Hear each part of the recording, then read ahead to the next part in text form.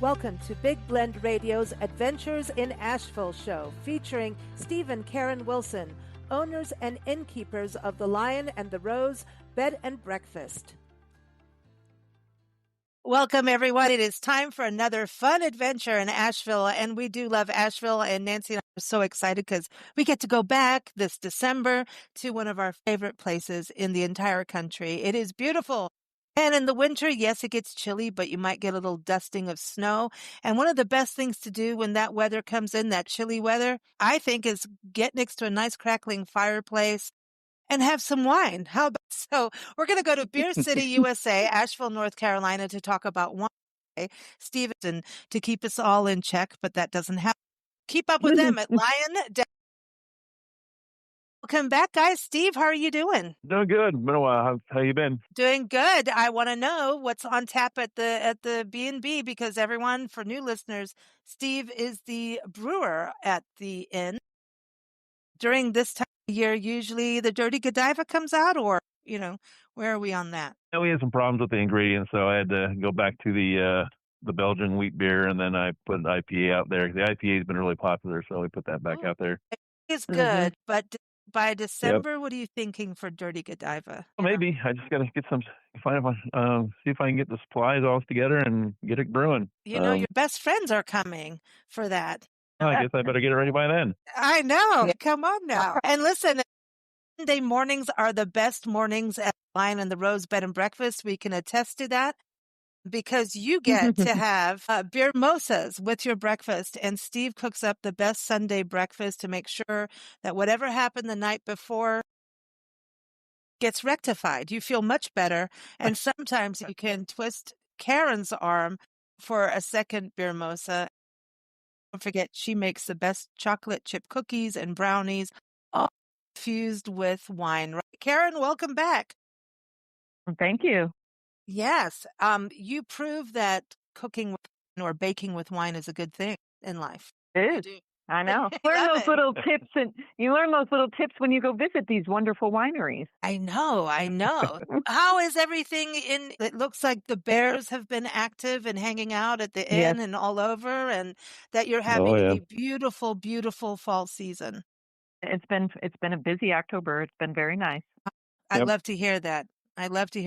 Well, talking about wine, we are very excited to have Kenneth Parker joining us. He is the owner of Souther Williams Vineyard, and that's in Fletcher, North Carolina, which is just down one of those beautiful mountain roads from Asheville. You can go to southerwilliams.com, and I'm excited. I know Steve and Karen were posting photos and making us all jealous when they went and visited recently, but welcome to the show, Ken. How are you? I'm doing great, Lisa. Thank you for having me. Well, this is exciting. Can you tell people a little bit of background?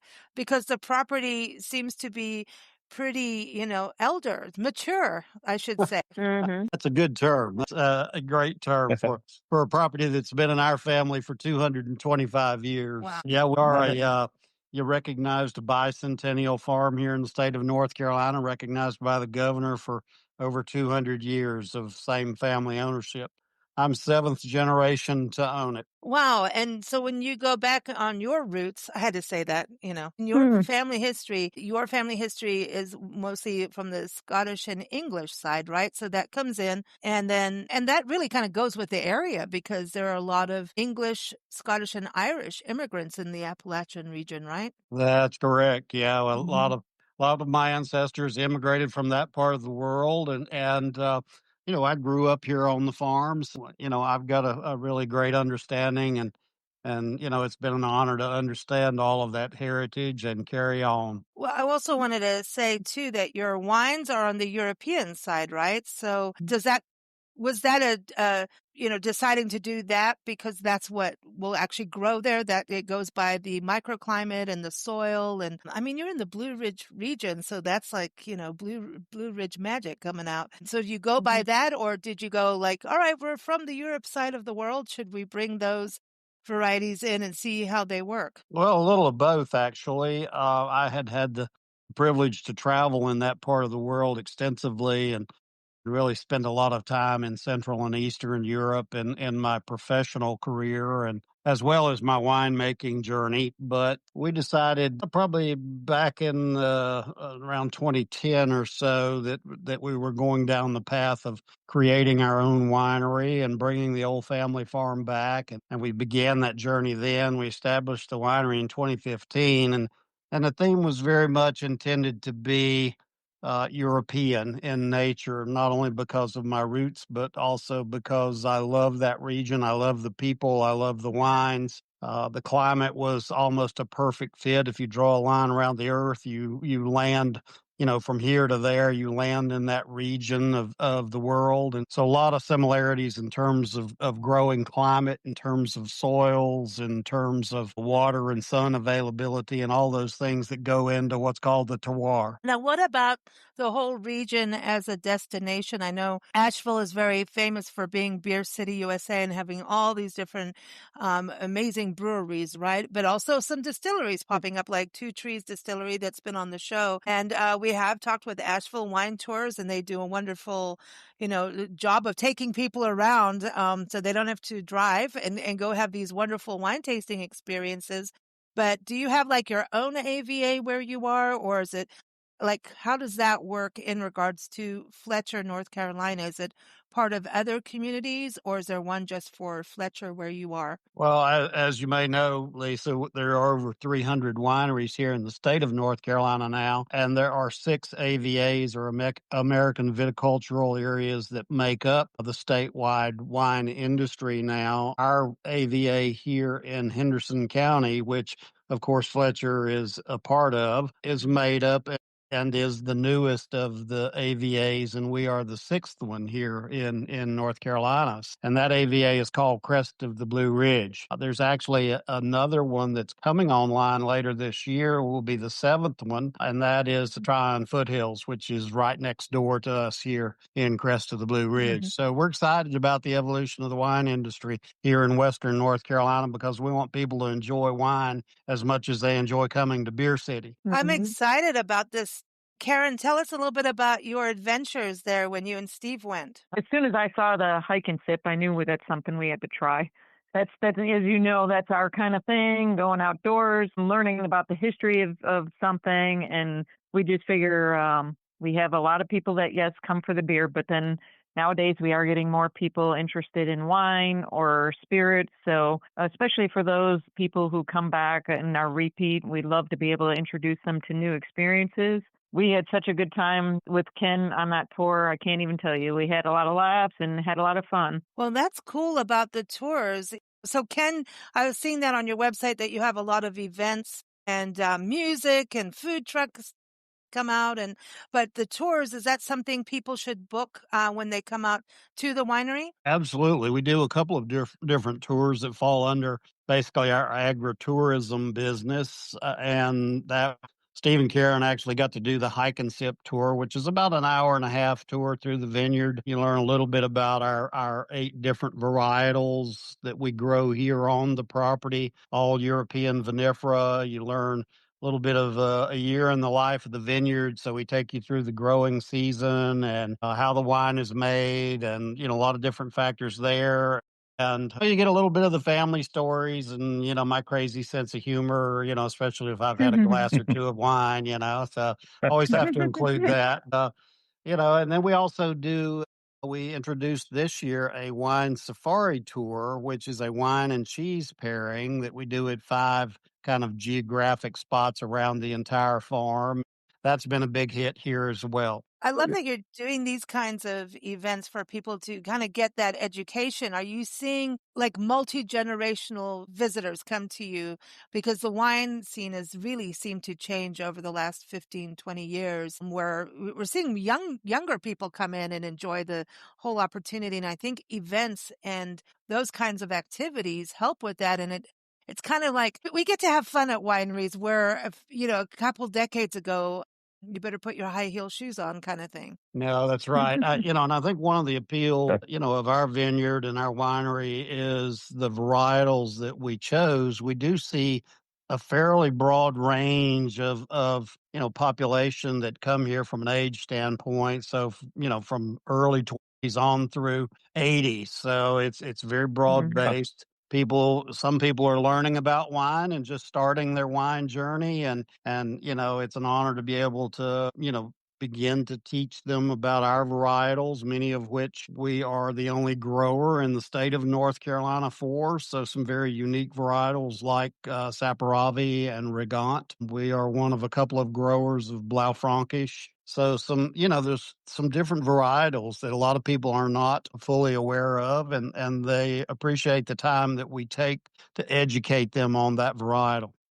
Ask Steve, doing the tour, what was it like for you doing the tour and learning more about what's going on the wine side since you brew beer? Well, I mean, it's quite a bit different. I mean, being that all these different varieties of grape, where beer you basically use like a base grain, and there's not too many. You can get like maybe some specialty grains for this and that, but yeah, just the different varietals, just the way they grow, and some of those I can't remember which ones they were. They grow best on a slope, grow better in the rocky soil, and it's just very interesting how it all works and how those grapes are just developed to do that kind of stuff. Yeah, each one of our varietals are mapped exactly to where they sit in the vineyard based on the soil type. But for instance, I know, Steve, the one you're talking about is the Gruner Veltliner, which is an Austrian white grape, loves very steep rocky slopes, and here it grows on a 35-degree slope, which is a bugger to maintain, but produces some of the most beautiful white wine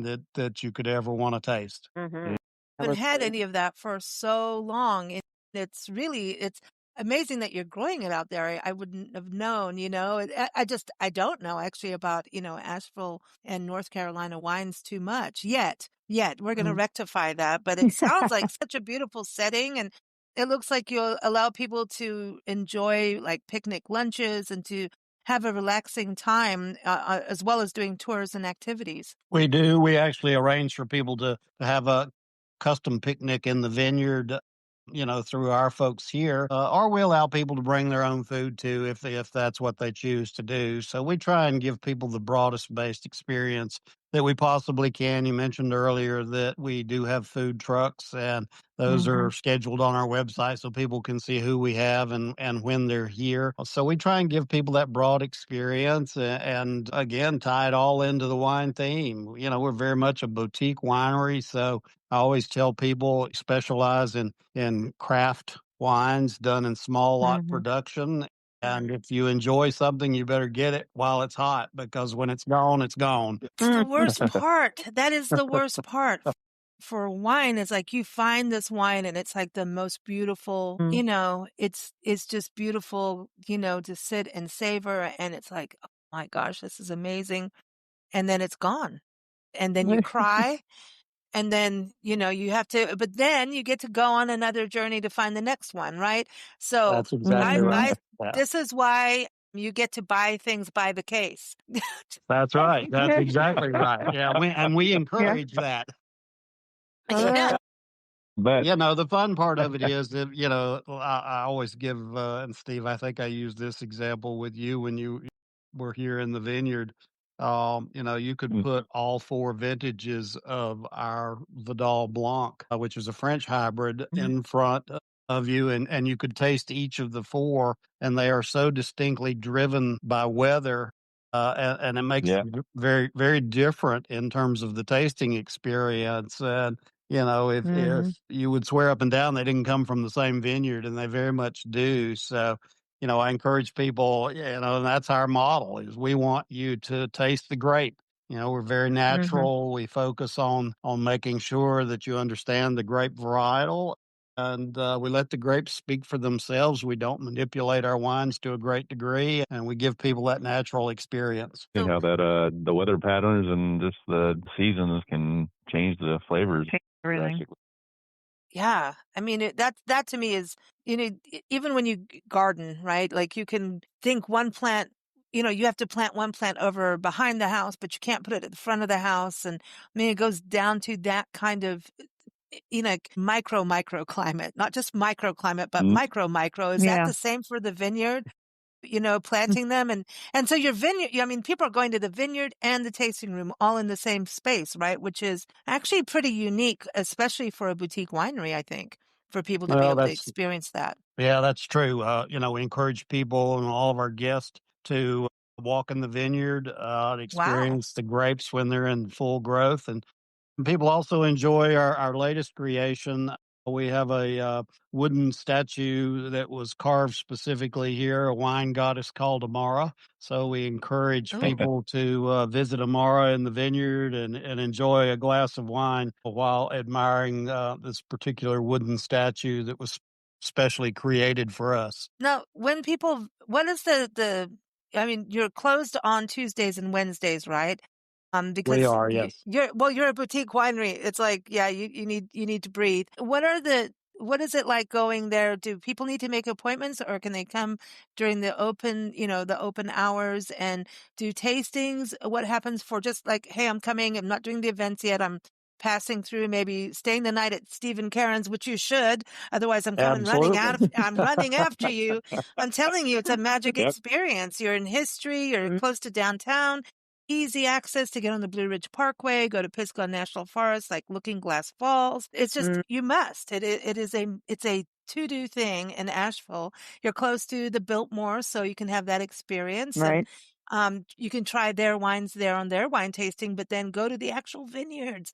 I'm just saying. So when people do So much come better. in, what's the tasting experience like? Yeah, we're actually open Thursday through Mondays each week, so we do take Tuesday Nice. and Wednesday off to catch a little breath and focus on Yeah. other chores. Here from a tasting experience standpoint, people are welcome to stop in during hours, which are from 11 to 6, except on Sunday we open at noon, respectful of church gathering and Mm. church hours. Anytime during that time, you're welcome to stop in for a tasting, do a number of different flights that are for pours of our estate wines, and those are 2-ounce pours, so a little larger than usual.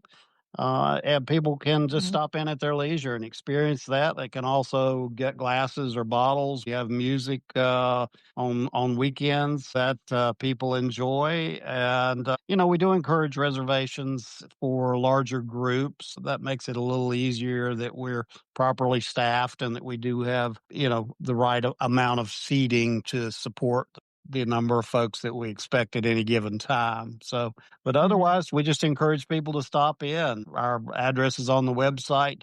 We're here at 655 Hoopers Creek Road in Fletcher, North Carolina. So we love to see everyone stop in. I love that you guys have Mm. creeks and knolls and coves. And that's the thing Mhm. about driving around that region is just so beautiful and historic. I mean, like you were saying, a bicentennial farm. When I drive around, I always want to go knock on people's doors and like, how long has your family been here? Who were they? What did they do? Like, I do. And then you could Mhm. get shot doing that. So sometimes I think better not to do it. Just start to learn people first and then go. But the other part, you talking about this vineyard flights, because you get to really have a nice tasting experience and understand. And I Mhm. was just doing right before recording this another wine podcast, and we were talking about pairing wines with soups. And Peggy Fiandaca, she Mm. was saying, she was going, well, soup, like a really good soup has multiple flavors. It's a gradual tasting thing. And so we came down to the point of you need a flight of wines per bowl of soup so that you have a wine for every spoonful. So I don't know, Ken, that might be, what do you think about that? I think you need some soup trucks coming up to the Oh, well, winery there you go. See, that, yeah, we actually do some food pairings, and we do some fun things with our wines for our wine club members. We distribute all our wines through our tasting room, through our wine club, and through our online store on our website. But for the wine club, they actually have pickup parties done once a quarter, and we always try and give them a little special experience in terms of pairing a specific food with whatever those wines are that we release at that time. People seem to really love that. And again, part of what we're about is educating folks not only on wine varietals that they may not have had before, but how to pair foods with them. And people are quite surprised at some of the foods that we pair with either our white or our red wines and things that they might not have thought of. So that's part of the Mm. experience. well, I see that you do hosted tastings as well. And I would think that's got to be really cool because then you're getting like, you can like taste and learn about what you're sipping and tasting and ask questions, right? That's exactly right. We do a combination of both hosted and unhosted. So for people who've been here and kind of, know our wines and understand who we are, They have the option to go off and follow a flight card that's included with each flight that will, again, remind them of what they're tasting and what they should expect as they go through their tasting experience. And then for people who are not familiar with us and perhaps want a little bit of an elevated experience, and one of our staff members or me sometimes take them through an actual educational experience while they're tasting the wine. That works well with our hosted tastings. Now, Thanksgiving is coming this month. We got the holiday season coming. Now, I know at Steve and Karen's at the Lion and the Rose, a lot of times family are staying at the B&B, right, guys? That you get a lot of people Right. that it's like the family, and because there's spillover over these holiday seasons for people's homes in Asheville. So this is a cool thing to do with families. You know, when families get trapped in the living room together too long, you know that's not good. We want to have a happy, memorable Thanksgiving. Here's the thing: don't talk politics, drink wine. Whenever someone says something you don't agree with, take another sip. And here's the thing: go to the winery. So in the winter and the fall weather, what's the experience like, Ken, for folks over this upcoming holiday season and coming through in winter? I think the family needs to get out of the house. The house needs to get aired out of that and have some fun together. So what's that like? I mean, do you go inside if it's too cold, or what happens there? Yeah, absolutely. Great question. We are a 21 plus venue. So, we encourage families as long as they're over 21. Yeah. So it is That's an adult cool. experience. Sorry, that's Yeah, no, it's one of those things. We love children, just not at the winery. Yeah. Same with the bed and breakfast. We figure it's a good time for, you and your spouse or your friends or your partners to connect and spend time with each other. But here in the fall, the vineyard has just been an explosion of color. Prior to frost occurring, we are the most beautiful, stunning color of gold and throughout the vineyard as the leaves turn. We do have one red stripe through the vineyard, and that's our Saperavi grape, which turns a vivid red during the fall. So it's quite pretty. We are an open air facility, but we also have the ability to roll our walls down. We have an automated wall system that we're able to close the tasting room up and be totally heated and a nice warm experience. And yet it's fully transparent. So those walls, you can see the vineyard and still feel that you are where the mountains meet the vines, which is our tagline. And you get to experience that as you spend your time here enjoying our wines. So fall and cold weather in the wintertime doesn't slow us down. It's really up to folks. Come on out and drink some wine. We do have patio heaters if people want to sit outside on a little bit warmer of a day so they can stay warm under those. I love that because being able to have those views and be warm and sip wine, now it's pretty romantic, actually. At the same time, okay, going back to the families, yeah, because, that's the whole generation is there. One of us, two of us, 10 of us want to escape, right? There's an escape. And now you've got your escape plan for the adults. I'm just telling you. And here's the thing during those gatherings, when things get like, oh man, I can't stand this, or the in-laws are starting, whatever it is, be the person to go out and get the supplies. Oh, we're running out of ice. We're running out of this. Be the one to go. Because then you get you can get in the car, play your music, or maybe you go, you know what? We need a case of wine. I'm running out. And they running out. Sneak right by here, just have a glass of wine, and then things get into the proper perspective. Exactly. Everything starts to calm down. So do that. But then the other thing too, this weather part of it is beautiful. And this time of year, when the leaves start to fall after the wonderful, beautiful colors that you have, you can actually see the mountains and you see like birds and stuff that you didn't see when the forest is so closed up. Karen, isn't that kind of true? When you guys go in the forest and stuff, it's like a whole other beautiful experience. So it is. Yeah, just wear a jacket. But going into, Valentine's Day and everything, I kind of want to get a seasonal approach because I know people listen to this podcast whenever they're thinking of going to Asheville. So I'm going to go towards Valentine's Day. New Year's, we all know putting not drinking as much wine on your New Year's resolution list is just stupid. This whole sober October thing is stupid too. I'm just saying that doesn't work. I know there's people who really need to and want to. I'm all for that, but not for me. But when you look at going towards Valentine's Day, I can imagine with that little chilly weather, having those kind of, this could be a nice Valentine's Day outing. Go stay at the bed and breakfast, the Lion and the Rose, and go out wine tasting, be all cozy and heated with wine, with beautiful views. I don't know. What are you saying, Ken? Is this a good thing for the winery? Yeah. No, I think that'd be a Mhm. great experience. I mean, not only come visit us here at Souther Williams Vineyard, but make sure you hit the other vineyards here in crest of the Blue Ridge. In our case, Mm. we are looking down the road here. Of course, we have Halloween coming up here this week, but then in November we have a turkey and wine trivia night on the Wednesday night before Oh, Thanksgiving. So that's always a fun event for people to sign up for and come out for. We usually have about 30 or 40 people who get involved in that, and that's a whole lot of fun as we drink wine with that. And as the night goes on, you can imagine some of the answers you get on those trivia questions. Then on the first weekend in December, on December 6th, I believe it is this year, Saturday, we do our annual Wassailing event. That is a hot German mulled wine that we do, and we decorate for Christmas and all of that so people can come out and get in the holiday spirit and drink some very special hot mulled wine there. And then in February right now for yeah. Valentine's Day, we're planning a Valentine's murder mystery. It That's is a, Oh, perfect. it's a story crafted especially for our vineyard by a very special lady who does this. So we're excited about that and looking forward to it. My gosh. And That's then, gonna be so the Lion and the Rose, I mean, that's you both go out of your way for couples that are they're celebrating their anniversaries, mm, honeymoon, and Karen makes sure about, having those treats in the room, right? That's a big deal. It's a part of it, making sure the everyone's little got their things. special.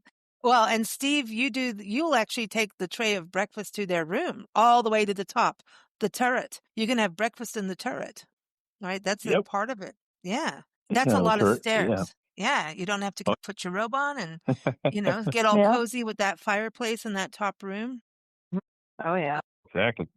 This is it. And you know that they actually serve coffee at your door at the bed and breakfast in the morning, a tray of coffee pot, a tea if you want, even if you want hot Mm-hmm. chocolate when you wake up. Why not? Yeah. Exactly. I'm just Steve, I waiting think for you need to start adding mimosas with our sparkling wine on your list. Yeah. There you go. Oh, I like Oh, that. we all got excited. I didn't know you did. Okay, tell us about the sparkling wine because it's, holiday season too.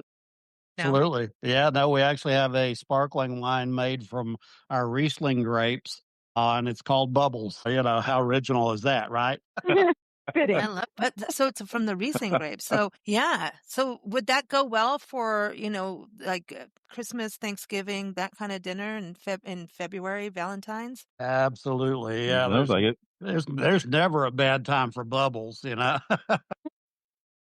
But Right. a lot of the wines that we see on Thanksgiving and Christmas in particular for the holiday season, they include our Gruner Veltliner, which I mentioned earlier, as an Austrian white grape, pairs beautifully with turkey.